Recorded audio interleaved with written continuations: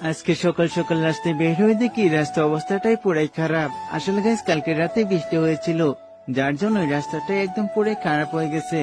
আর হ্যাঁ, এটা গ্রামের রাস্তা। গ্রামের রাস্তায় যদি একদিন বৃষ্টি পড়ে তাহলে রাস্তার অবস্থাটা আর থাকে না। যাই হোক, তারপরে সে আর আমি ঘুরতে চলে গেছিলাম। আসলে সকাল সকাল ঘুরতে আমার একটু বেশি ভালো লাগে।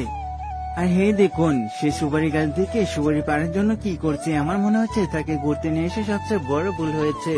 তারপরে আমি ওকে বললাম, ভাই যদি সুপারি গাছের মালিক আমাদেরকে দেখে তাহলে তো একদম মেরে ফেলবে। সে বলছে না না ভাই, কিচ্ছু করবে না।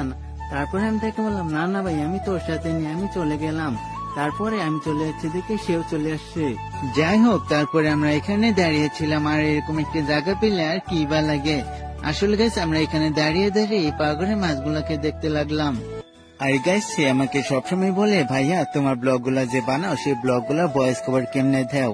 আসলে না, দেখি যে ব্লগ গুলা চলতে থাকে কোনো ভয়েস কভার দাও না, তারপরে কিভাবে দাও।